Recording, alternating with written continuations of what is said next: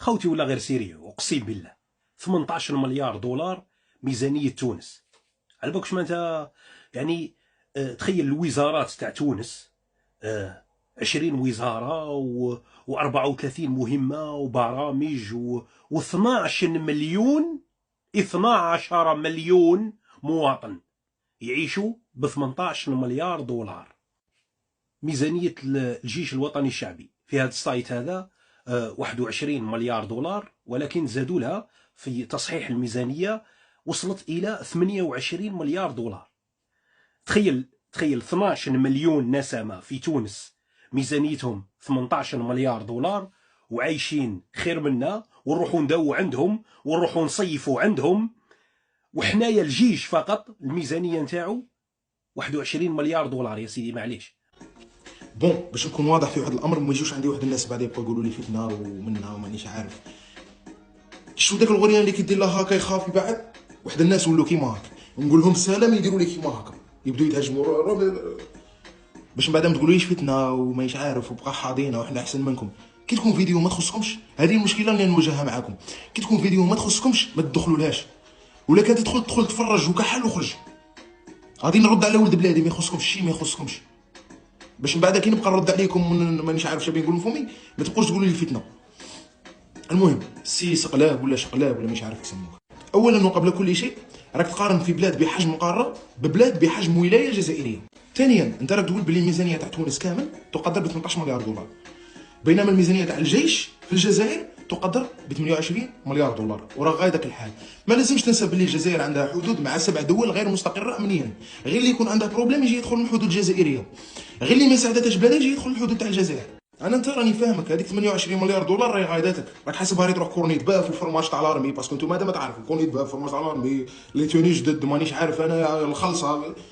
كون جيت تشوف غير لونتروتيان تاع لي سومارا اللي راهم عندنا ومانيش عارف، كاين اللي حاقرهم لي سومارا اللي راهم في الجزائر، بينما الجزائر الدوله العربيه الوحيده اللي عندها لي سومارا. الحاجه الزوجه كون نجي نشوفوا الجزائر شحال تصرف على الحراسه تاع الحدود تاعها بين كل دوله، نفهموا هذيك 28 مليار دولار وراهي تروح. البروبليم اللي فيكم ولا اللي فينا كاع اننا توجور نخمو من الجهه السلبيه. الجزائر تخرج 28 مليار دولار غير على الجيش، كون قسمت غير على الشعب 500 ولا 600 مليون مش عارف، ديك 28 مليار دولار تقدر تكفينا كامل. الوغ كو ما كانش فينا اللي دارت على العشريه السوداء، ما كانش فينا اللي تفكر باللي كان واقع الاغتصاب والتعذيب والذبح، ما كانش فينا اللي شاف الشيء اللي راه صاري في سوريا ولبنان وليبيا، التقسيم اللي راه صاري.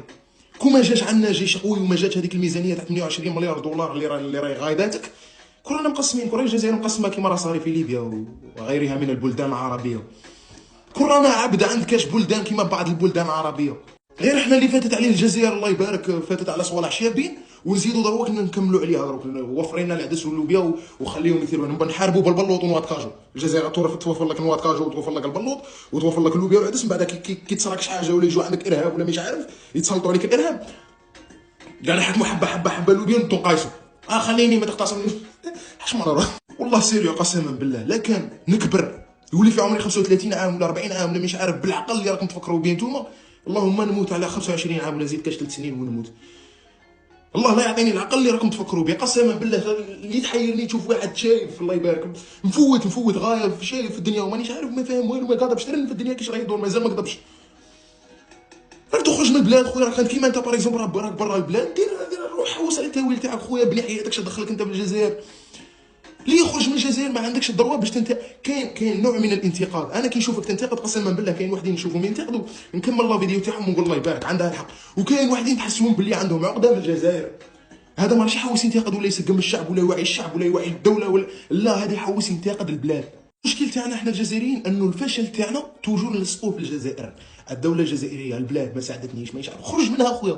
البلاد ما ساعدتكش خرج منها، ما تردش هذا هو الفشل الحقيقي، انك انت كي تشوف روحك ما نجحتش وما لحقتش الاهداف تاعك تبدا تلصقهم في صوالح واحد اخرين.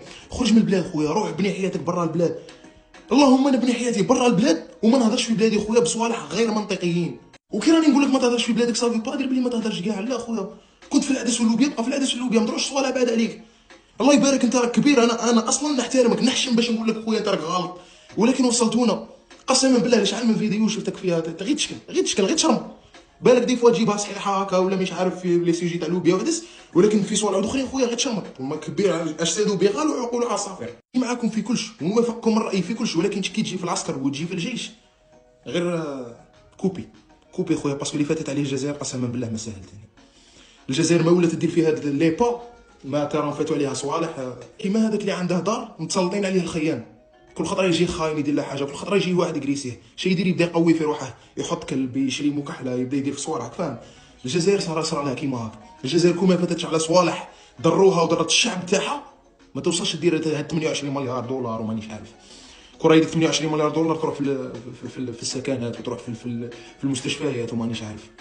ولكن الامن في البلدان سيرتو حنا كبلدان عربيه الامن سبق من كلش، وماشي للدرجه اللي كنتو تهضروا بها نتوما تاع راكم جيعانين وماكوش لاقيين شي تاكلوا ومانيش عارف. ولكن الحاجه اللي لازم نعرفوها انه الامن سبق من كلش. راني جاي نهضر كيما هكا، عندي زوج صوالح نفتخر بهم. نفتخر بالجزائريه تاعي.